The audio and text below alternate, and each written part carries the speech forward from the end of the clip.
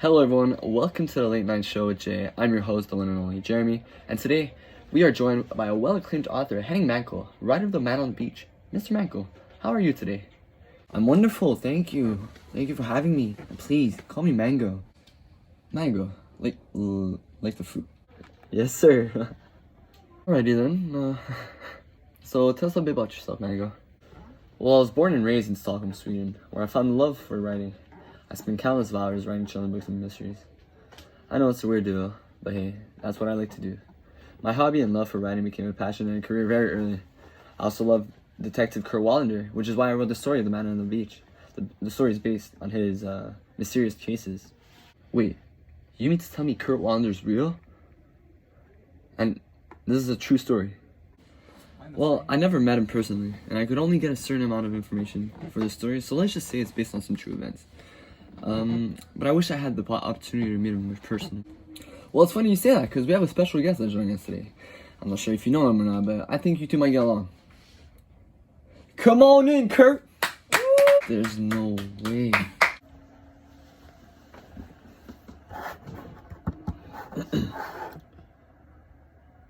Mango.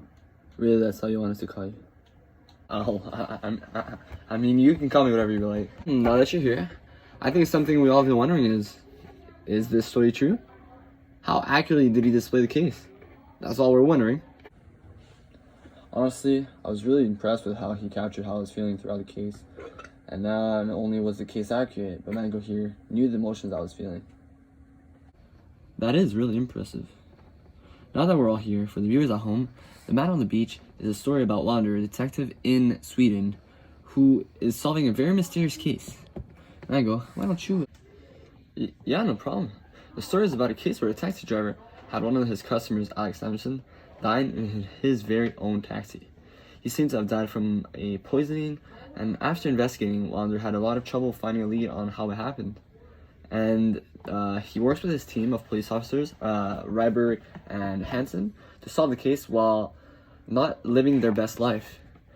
You can see in the story that Wallander's wife was planning on leaving him, which leaves him in a sad state of mind throughout the story. Is that true? Did it affect your work that much? It's true. Yes, it did. Having my wife on my mind while trying to solve a case wasn't the easiest thing to do. It would happen to me quite often where my mind would wander off while working on the case. Like I said before, Mango really knew how I felt. And when he wrote, as Wallander drove home, he wondered if he would grow up to be like his father as he got older. Or had he already started aging that way? Argumentative, complaining, and miserable. He should ask somebody. Perhaps somebody other than Mona. On page 17. Man, it's crazy. When I read that part, I actually got scared because of how accurate it was. Like it was there with me. Sorry for interrupting you, Mango. Please, carry on with the story. Where was I? Alright. While being in a sad state of mind, Wallander had to figure out what had happened to Alex Anderson. Wallander solved the case by asking questions people who potentially could have seen Mr. Alex Anderson during his vacation. Mr. Alex Anderson was staying in Isar, but had visited Svart 4 days in a row for unknown reasons during his vacation. Detective Wallander solved his case by using deductive reasoning and his long experience as a detective to solve the crime. Wallander really didn't have much information, and he was still able to solve the case while suffering in an unfortunate state of mind. Wow, I imagine that must have been hard to do. Sure was. It really shows how depression enters every aspect of your life, and that's shown through the environment of the story. The environment of the story. Yeah, if you read the story, you can see a connection between today with the coronavirus and back when Wallander was on the case. Really? Is that so? Yep. Wallander was going through a pretty rough divorce. The first lady Wallander spoke to in the story lost her husband and was living alone. One of the suspects' wife was ill and about to die. All of these to show the depressing environment. We can see that it affects everyone because the town of Svart was very deserted, and Wallander noticed that there wasn't many people. The lack of people resulted in Wallander not being able to ask them what they saw. Today, people have locked themselves inside because of the virus. Many people today are depressed because they are stuck inside and aren't allowed to see anybody. They resemble each other because everyone seems sad. Wow, that's right. You're completely right. I didn't think of that. Mango, You mentioned that Wallander here used deductive reasoning to solve the case, right? How's that? I did. And if you don't mind, Mango, I'd like to try to answer this myself. Sure, no problem. Spoiler alert. Early in the story, we discovered that Alex Anderson died of poisoning. And after further investigation and testing, the poison was a combination of poisons that only a doctor would have access to. Logically, I deducted that the murder had to be a doctor.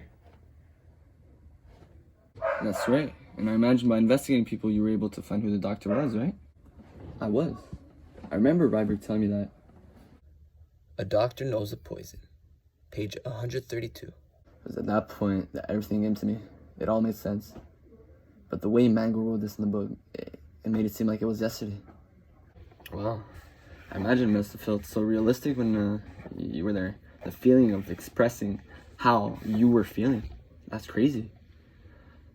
But I have to ask you, during your investigation, how confident were you? I've been wondering, how are detectives supposed to be confident throughout their process?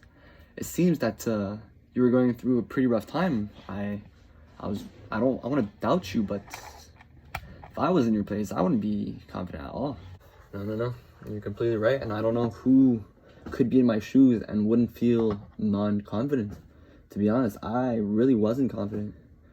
Usually I am, but with my wife wanting to divorce, I barely had any leads to the case. My confidence had vanished quite early. I tried my best and spent as much time as possible to get a little of a lead, but I couldn't get anywhere. I also had my wife in mind. How can I possibly be confident in what I was doing if I couldn't be confident with myself, with my own life? So the whole case was difficult. The information I was lacking, I couldn't do anything. I'm sorry to hear that.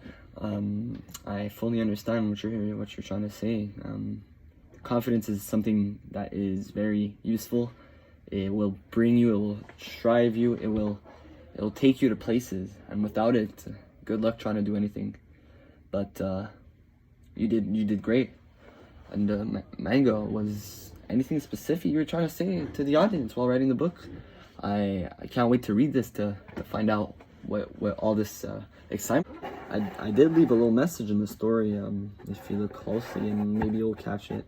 I felt like people needed to hear it somewhere, so I decided to write about it. I wanted people to know never to give up, especially today with the virus.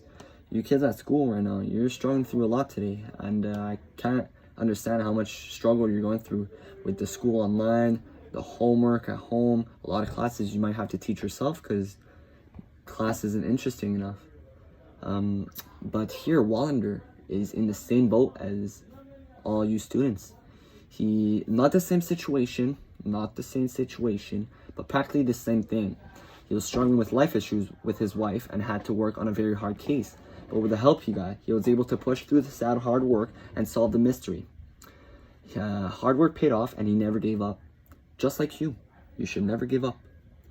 I also tried to tell the audience now that we shouldn't let the other disturb things that are important right now. Things that are not important, you shouldn't be thinking about right now. Let the things of the future affect itself. Let it go. Don't think about it right now. Don't let it stress you out. You can see it on page 181. Wallander said, "Let's face it, it can be pretty awful in the autumn. When the mud is higher than your doorstep, or when it seeps under your skin." Rydberg replied with, "Who's thinking about autumn now?" Said Rydberg. "Why worry about the bad weather in advance? It will come eventually, like it or not." Wallander spent all his investigation thinking about his wife. It distracted him. He wasn't able to work. He let things that were important at the moment affect his work. No, I completely understand. Life gets hard and no one should ever give up. Giving up does no good. Wallander did it. He didn't give up. He pushed through the hard work. Great job. You did it. Isn't that crazy though, guys? He was able to send a little message like that, a very inspirational, very, very deep message in a sad story like that. Very impressive. Very, very, very, very, very, very, very impressive. If you guys haven't read it yet, I really recommend it. Yep, I do too. Yes, I do. I do too. I mean, who doesn't like mysterious stories that involves problems from today's society, am I right? Well, that wraps up today's show. I'd like to thank Detective Wallander here and Henning Mankell for accompanying us today on our show. It was a real pleasure and honor to have two here today. If you haven't read this story yet, it is available on the course pack. Thank you and have a wonderful night.